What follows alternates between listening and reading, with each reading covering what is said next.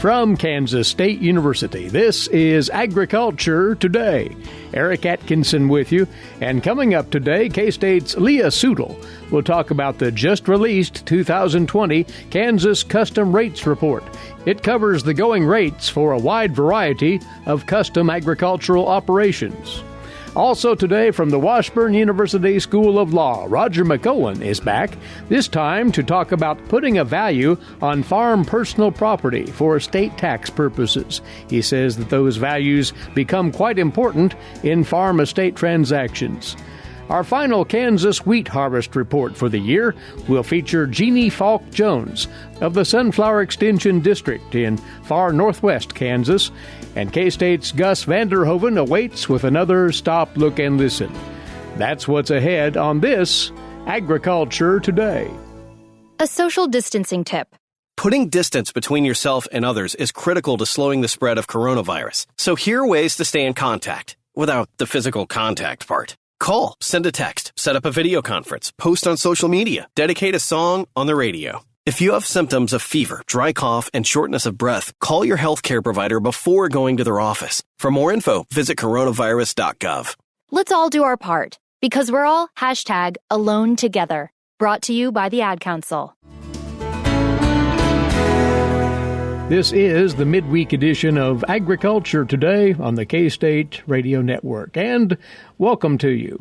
On our opening segment here, we'll let you know about an important source of information now available to anybody involved in agriculture, producers and otherwise. It's out of the Agricultural Economics Department here at K-State, an undertaking called the Custom Rates Survey, and the 2020 edition has just been posted. The outfit that oversees this is the Land Use Survey Center in the Department of Agricultural Economics, and its director, K-State's Leah Tsoodle, is with us now to go over some of the highlights of this information. And Leah, remind us, if you would, of what this is. We visit about it every other year, and its importance as a resource for producers and custom operators alike. Well, first, Eric, I want to say thank you for having me. Sure. And as you know, agriculture is Kansas' largest industry and economic driver, and hiring external custom operators in Kansas has become common practice in the agricultural industry. As the demand has increased, the number of operations have grown, and more custom operators mean more price options, and so the purpose of this survey is to collect the data on custom operating prices. We use an electronic format to survey individuals, cooperatives, local agribusinesses, and industry groups. We distribute the link to the survey through K-State Extension, Ag Manager, and trade groups, and it's posted on agmanager.info. And proudly, I'm proud to say that it is the 5th most viewed object on that site. So. Wow. That's its testimonial to its value and the great interest in it. And this survey is rather extensive and deep in its reach, isn't it, Leah? Yes, it is. We try to get as many operations across the state as we possibly can. What is the general response to the survey? Do you find that it's a good sample size then? It's a fairly good sample size. As with any survey, we always want more. Right. You know, I think that is the bane of the surveyor's existence, is we always want more responses. Right. But it certainly gives a profile of those custom operations and the custom charges that are associated with those operations. When this is taken every other year, are new categories or other custom operational features added to it? There are new things added to the survey occasionally as changes occur in Kansas agriculture. For example, this year we added canola and cotton in the crops that we surveyed. We added livestock hauling and some detail to machinery rental over the years as we've been in charge of conducting the survey. But most of the categories remain the same. We do add some new things, like I say, but most remain the same. And we won't go through all the categories that it covers. You mentioned some of the newer tweaks to the survey, but there are some standard categories that always draw the greatest attention. And right. What would you consider those to be? Well, we collect information on charges for custom planting, chemical application, harvesting, hauling, land work, silage, and haying. Those are really our biggest categories, I would say. We've got some feed delivery and seed preparation, and machinery rental is kind of a newer thing that is growing. But, yeah, those categories I mentioned previously those are our big ones. And then if you mine down a little further as to the survey itself, it'll get into such things as fuel costs, labor costs. It'll break those rates down pretty finely, won't it? It does. The prices in this report include charges for machinery, power, fuel, and the operator. And the prices do not include the cost for chemicals, seeds, and other materials unless it's otherwise specified in the report. But we don't consider exchange work between producers as custom work, per se, for this report. Well, as you've looked at this latest iteration of the survey here, the best you can tell, which category showed the biggest change in custom rates from the previous survey? Well, it's difficult to compare price changes across the categories because you've got several different units of measure involved. So that being said, there were some notable changes from 2018 to 2020, and harvesting would be one that I would point out. Corn, soybean, and sunflower harvesting rates changed more than some other categories. You do have this report oriented to the region-by-region breakdown, so one can really narrow those rates down, those representative rates, to their locations in a fairly tight fashion, can they not? Correct. There are large variations in the rates charged for specific jobs within regions. Mm-hmm. There are many reasons for the price differences. Some farmers may charge lower prices to relatives or close friends. Size, soil conditions, and field sizes are also significant factors. However, one thing to note, though, is that the range of prices or rates across the different regions of the state, that range is pretty consistent for most categories. About the only place where that differs in that is in the rotary mowing and tree shearing. And the range of rates in the average in the west central region of Kansas is lower than other areas of the rest of the state. So, but most of the time, those range of rates are pretty comparable across the regions and across categories. And so folks can make regionally based decisions and as far as what the custom rates might be for a given operation here. And to that, Leah, how you would like to see producers and others interested in these rates actually maximize their utility, as economists say. That is to say, what do these numbers tell them? Well, I think this report provides a starting price for individuals who are looking to hire a custom operator in whatever category. And I think it should be useful for the custom operators to evaluate how their rates compare to the market. The prices reported here, of course, are not official or established rates and are not indicative of any one particular operator. They are averages. And the average figures in this report, we just give equal weights to all the responses. We don't weight that in any fashion. So that's kind of the guideline to remember. And that is the pertinent point. These are not the rate for a given operation. They're not set in stone. This is to give a ballpark idea to, well, both parties, agricultural producers and custom operators determining their charges. Yep, to give somebody a starting point. Well, it's out there now. Tell folks, if you would, Leah, how they can access the 2020 Custom Rates Survey results. The report can be found on the homepage of agmanager.info. It's as easy as that, agmanager.info. If you scroll down the middle column there, you'll arrive at the link to the Custom Rates report. And we must note that you, in your center, partner with the Kansas Department of Agriculture to conduct this. So there are multiple parties responsible for it, Leah, correct? Yes, there are. It is funded by the Kansas Department of Agriculture, and they look it over before we put anything out there. They'll put the report out on their website as well. That website is agriculture.ks.gov, should you want to check it out that way. But again, agmanager.info is your direct route to the survey results. And that's the fastest route. Yeah, absolutely. And kudos to you and your team, Leah, for there's a fair amount of groundwork that goes into this survey. That's part of the reason why it's done every other year. But it's something that certainly is, in closing, worthwhile in that this is information that can be used not only at a given point in time, but continually throughout the next couple of years. Yes, exactly. And that's one good thing about it is that the rates they're not terribly volatile from year to year. Mm-hmm.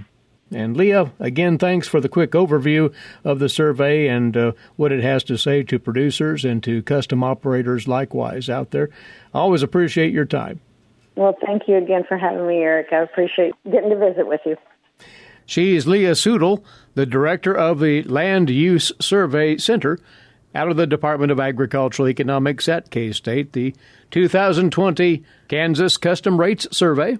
It covers the going rates for custom grain harvesting, seed cleaning, grain hauling, custom silage operations, haying, rotary mowing and tree shearing, land tillage, planting, chemical applications, feed preparation and delivery, machinery rental, terracing and dozing, livestock hauling, fence building, and more. Very few stones left unturned by the survey. And something else that we didn't mention earlier, the report contains historical tables and graphs that show the results of the previous surveys, so one can make comparisons of those rates over time, get an idea of how they're trending. Find that report now at agmanager.info. Scroll down the center part of that page and you'll find it handily.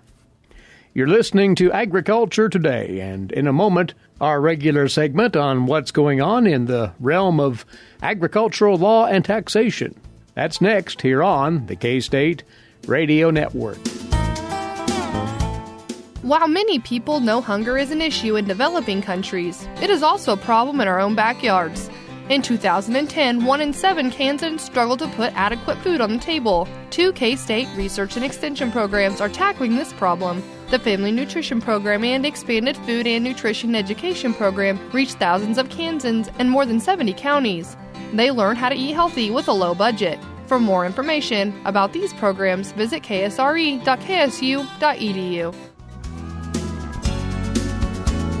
Agriculture Today resumes now on the K-State Radio Network. Once more, it's our opportunity to visit with a professor of agricultural law and taxation out of the Washburn University School of Law, Roger McEowen, back with us to take on another topic in the field of agricultural law and taxation, in this case today, Roger.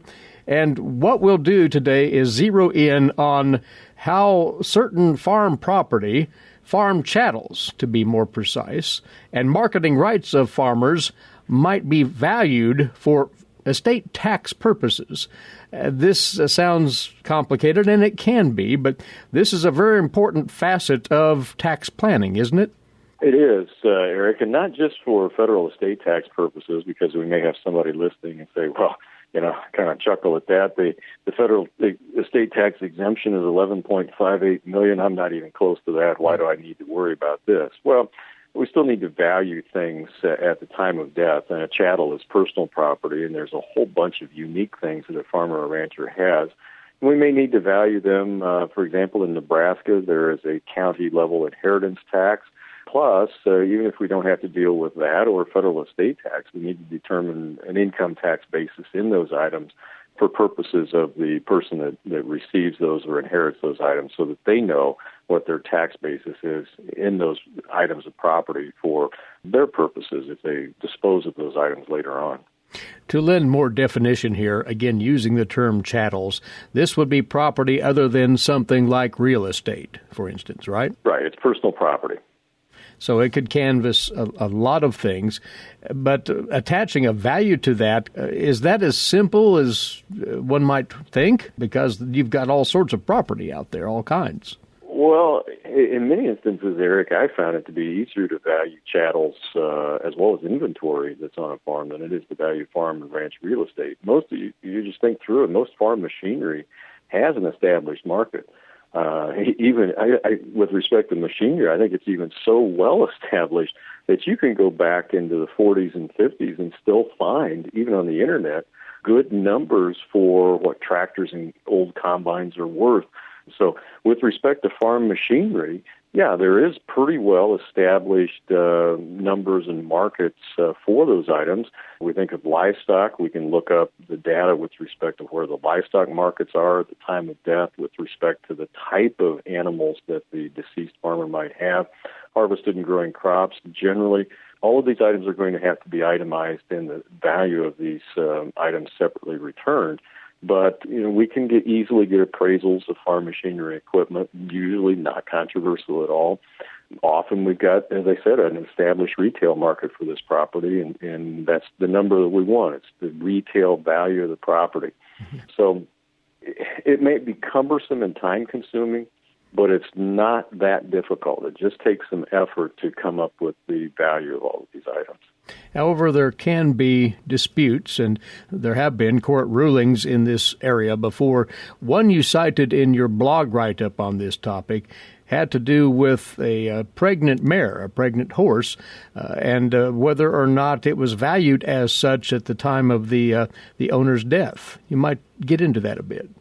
Yeah, this is a timing issue. I've said on numerous occasions that timing matters, and when you're thinking of valuing livestock, is the animal pregnant or not? And what happened in a 1989 case that was before the U.S. Tax Court, the decedent was in the business of breeding and racing thoroughbred horses, and he died 11 days after a broodmare mated.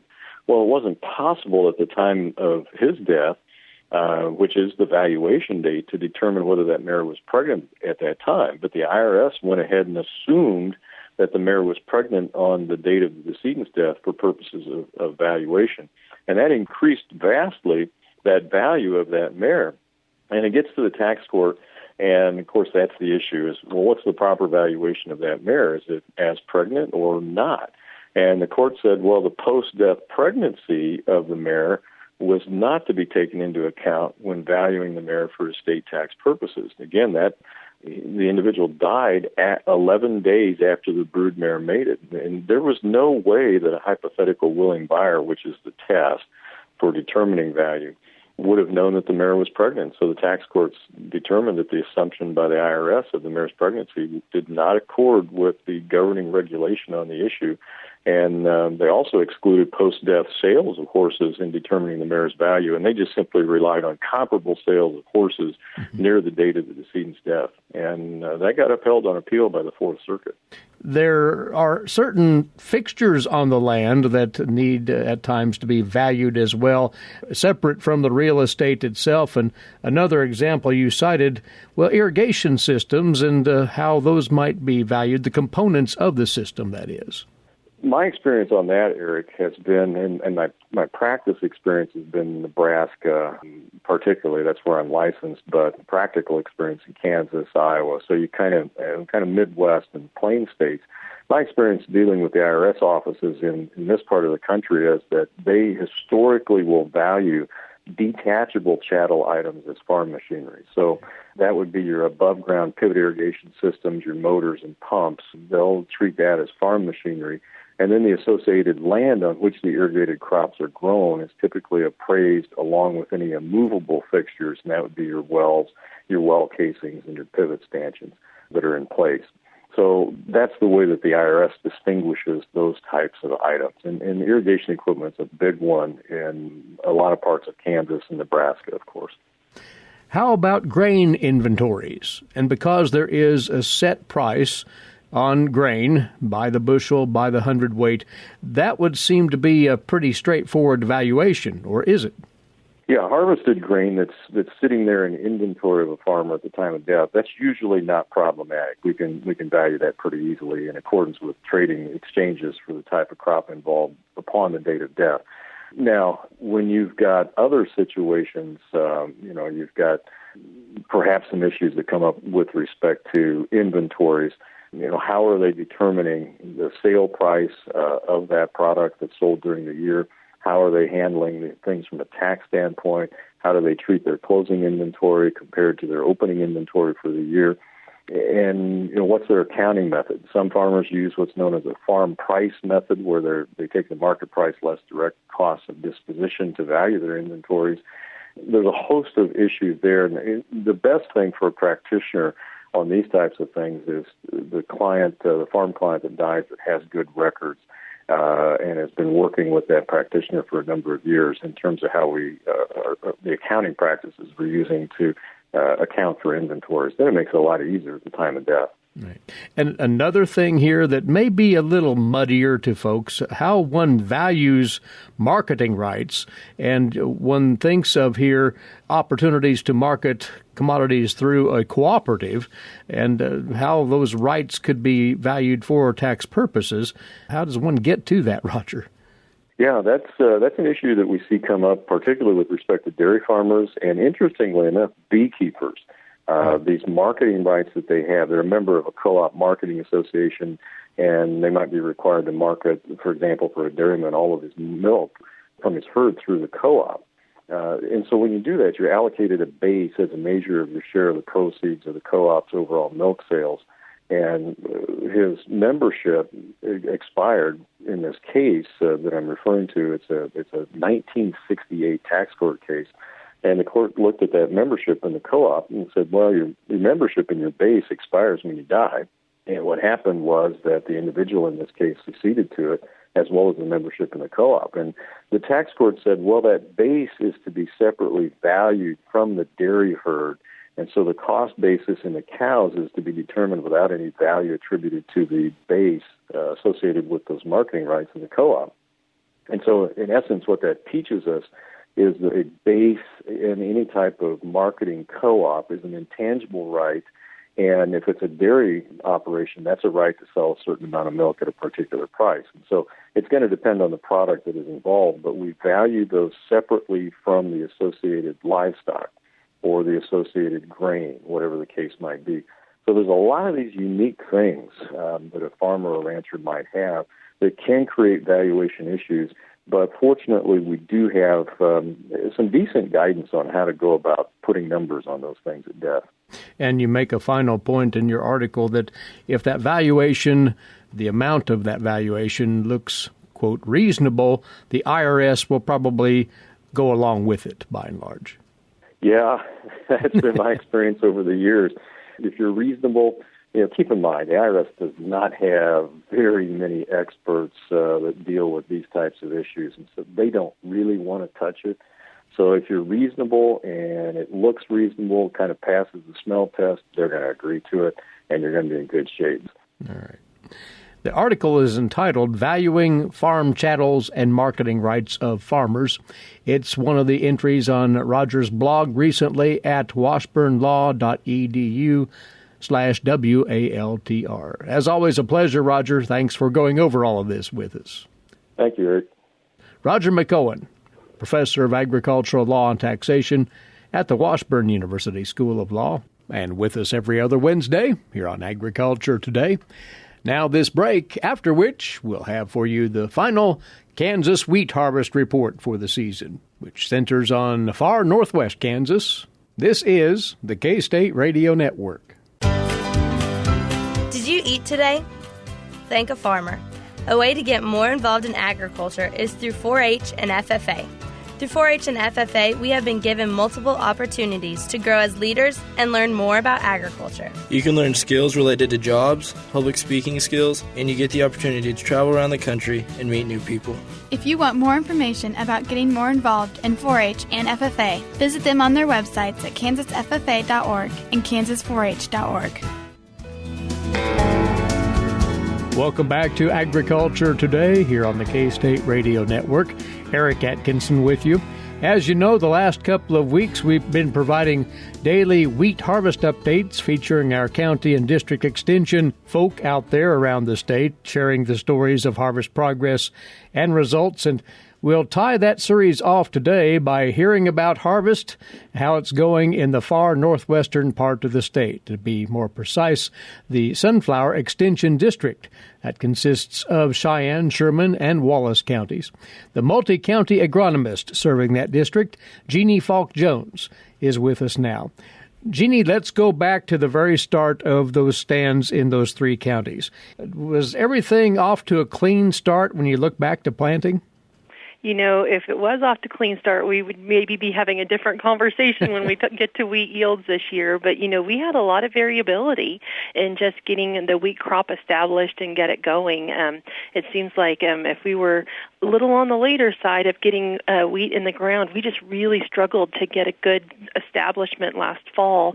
And so it seemed like there was almost a line on the calendar that you could draw kind of that first week of October. After that first week of October, we really just struggled to get a very good stand. And part of that was dry conditions. And then we had a pretty good cold event that first part of November that really slowed things down from getting established. And so while we would be able to see one or two wheat leaves above the soil surface and that later planted stuff, it really kind of stopped getting a good fall stand at that point. And so we really just had a lot of variability in just getting wheat stands established last fall, and I think that really just carried through on some of those poorer stands. I think that's some of the stuff that we have some of the poorer yields on this year. So, yeah, our poor wheat crop this year had a lot thrown at it in northwest Kansas for sure.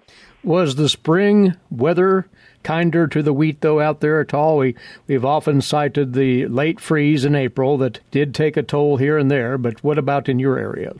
We had that same wheat freeze, and actually we had two events. The very first part of April, we had a pretty cold event that kind of slowed some of that wheat down, and then we had that kind of prolonged event there in the middle of April. And so one of the things we would typically see is that the bigger, taller, more established, more rank wheat out in the field would many times be hurt a little bit harder from some of those cold snaps. This year we had a little bit of the opposite, and so some of that bigger wheat must have been holding some more heat down in lower in that canopy, and so some of the littler wheat seemed to take it just a little bit harder with those cold events, and so in some cases really did set back that wheat a few days to a couple of weeks in getting the establishment going. And so we've thrown a lot, and those two cold events were sure kind of defining parts of the wheat development this spring. Well, let's fast forward then to harvest in your region. How far along is cutting in the three counties? You know, I have some farmers who are done, who are just finishing up with harvest. They were in harvest in some cases a week and a half.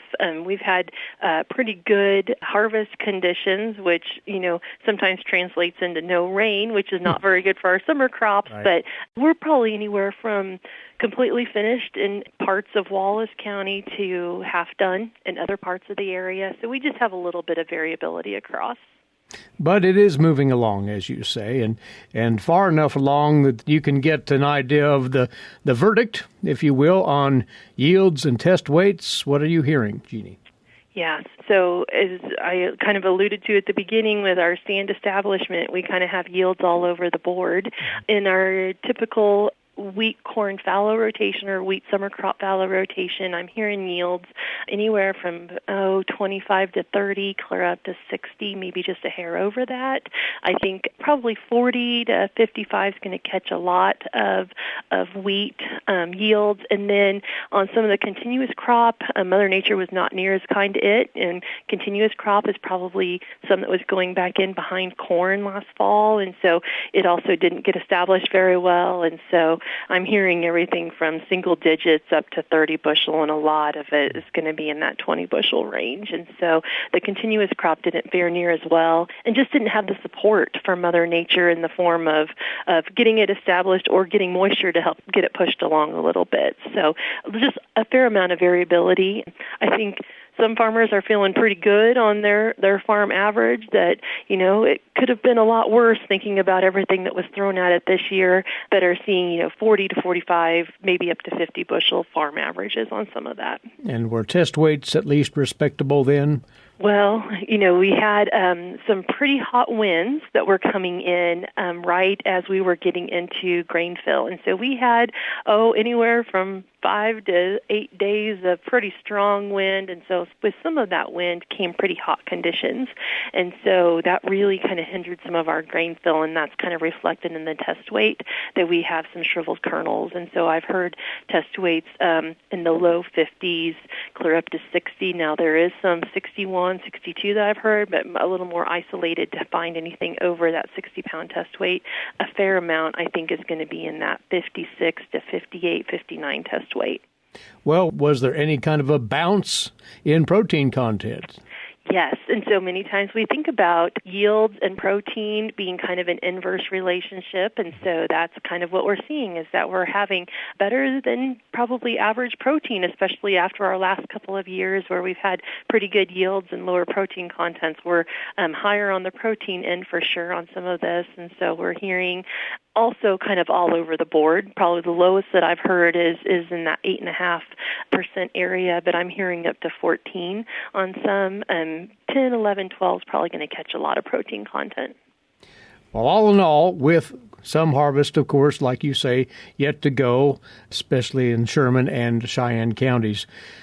Producers' contentment with this harvest, economically speaking, will it at least cover their costs? That seems to be the question, you say. Right. And in some cases, I think we're covering input costs. In some cases, we're not making payments back on land or things along those lines. In other cases, and some of the lower yields on some of this, we're not probably covering quite all the input costs even on some of it. And so, that makes for a bit of a struggle when we're thinking about paying bills and paying on operating notes and things along those lines, that while this wheat crop isn't completely awful, at the same time, we're kind of right on a line of probably not having as much income as we would like to help pay on some of those costs. Well, Jeanne, it puts the onus on those row crops to come through. You need rain, you say. Sure, we sure do. Jeanne, thank you for the report on harvest progress in far northwest Kansas. You're very welcome. I appreciate the opportunity to share with everybody what we're seeing out here. Jeanne Falk Jones with us. She's the multi-county agronomist for the Sunflower Extension District, Cheyenne, Sherman, and Wallace counties. And that concludes our wheat harvest reports for 2020 here on Agriculture Today. Social distancing slows the spread of coronavirus, so if you have a fever, dry cough, and shortness of breath, call your healthcare provider before going in. More info at coronavirus.gov. Let's all do our part, because we're all #AloneTogether. Brought to you by the Ad Council. This is Agriculture Today. Stop, look, and listen. I have touched the heavy rowboat now standing under a protective roof. That's Gus Vanderhoeven of Kansas State University with comment on life in rural Kansas. This last Saturday was another 4th of July celebration. The evenings before and even during the days, a few fireworks had been set off with every now and then a loud boom. But on the 4th itself, fireworks lit up the sky. From our hill it was quite a sight as the evening grew darker. John Adams, one of the 5 who wrote the formal draft to make the break from England, sent a letter to his wife Abigail and wrote that July 2nd will be celebrated by succeeding generations as the great anniversary festival, and that the celebration should include pomp, parade, games, sports, guns, bells, bonfires, and illumination from one end of this continent to the other. The Declaration of Independence was formally adopted on July 4th, but I read that the vote for actual independence took place July 2nd, 1776, and also it was Jefferson who wrote most of the draft. But ever since, the 4th of July has been celebrated with fireworks and more. It may be because I just finished reading the book The Nightingale by Christine Hanna, that I was reminded with all the booming and the rat-a-tat of the fighting for our liberation of World War II. The book, The Nightingale, is a novel. It tells of the resistance in France during World War II and the exploits of a young French woman who takes downed Allied pilots through France, across the Pyrenees, snow-capped mountains, into Spain, from where they are taken back to England. They will not fly missions again because they know too much, but they will train and teach the pilots who do fly over and across France what to do, look for, if shot down. It is the tension in the book during the occupation from the Gestapo, the SS, and the SD that makes the book gripping, and the knowing, remembering as a child. Yes, there were French people who cooperated with the Germans, and they were dangerous. Yes, there were Dutch people also who did the same, many just as dangerous. And it was that fear, after all these years, when reading the book came to surface, with all the emotions of how it was possible and what courage, endurance, and self-reliance those in the resistance had, depending on each other as a team, often not knowing their real names. That's a small wooden painted white bridge across the river Berkel, just behind our former house in Warnsveld, the Netherlands. I remember walking out of town, crossing that bridge as an 8-year-old with my family, getting out of town on May 1940, ahead of the arrival of the German army. After a few days we returned. Nothing had happened. The troops had moved through. That was not the case at the end of the war on April 5th, 1945. Then there was tough fighting. But by that time, the Germans had occupied our house and we had moved to the country. Fighting was heavy, April 3rd, 4th, and 5th, 1945. And it is from those days that I have the association with all the noise on the 4th of July, the booms, but even more so the rat-a-tat-tat of the small stuff. I will probably keep that association for the rest of my life, but you learn to live with it. But the independence, I understand. I've quite a dose of it myself, as do my children, each in his or her own way.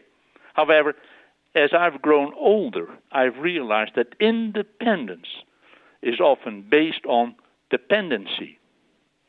I think very few of us are so self-reliant that we are truly independent. As individuals, families, we all need each other to stand by. I just talked to my daughter.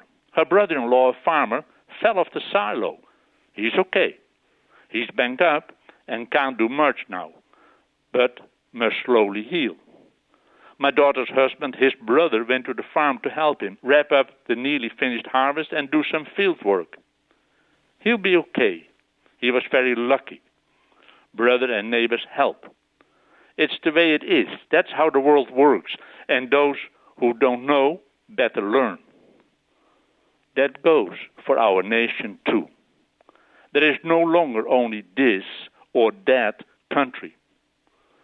Yes, there will always be bad apples, and we have to carry the basket with apples, the good and the bad, until we sort them out. As a youngster, I knew that downed pilots were hidden until they could be moved on. I had no clue where they were, but I knew that they had to cross the river IJssel near Zutphen, close to our town. On the bridge there was a German checkpoint to get past, in or out. Pilots in wheelchair, dressed as locals, acting as patients with false documents, were rolled across the bridge through the checkpoint on their long way to freedom. The nurses were young, courageous women who pushed them. I've touched the heavy rowboat now standing under a protective roof.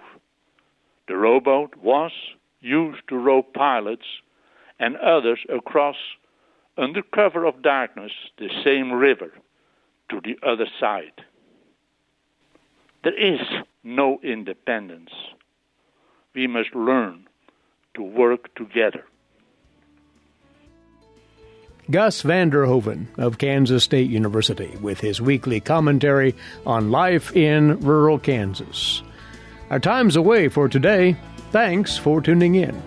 Eric Atkinson for Agriculture Today over the K-State Radio Network.